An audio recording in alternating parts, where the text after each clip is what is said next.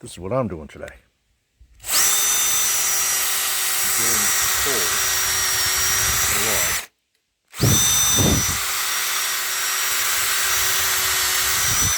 Okay, we're using this bit right here, this log here. I've been doing it for a while now. I'm going over here, and I'm stacking them up over here. All the holes I've drilled in them. Okay, all the holes. And Nancy over here is inoculating them, all the logs. We're inoculating the logs for shiitake mushrooms. That's what she's doing. It's kind of a boring job, isn't it?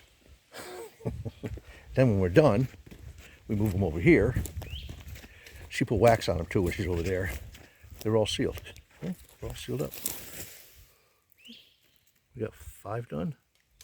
And we have 20 something to do. And it's taking us 3 hours.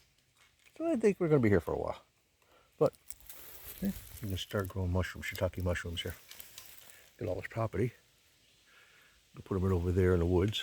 We'll line them all up there, stand them up. We're going to set them here and we're going to water them. Just put some water on them. Just keep them wet. Then when they start to grow, we'll do that. So we'll put them over there.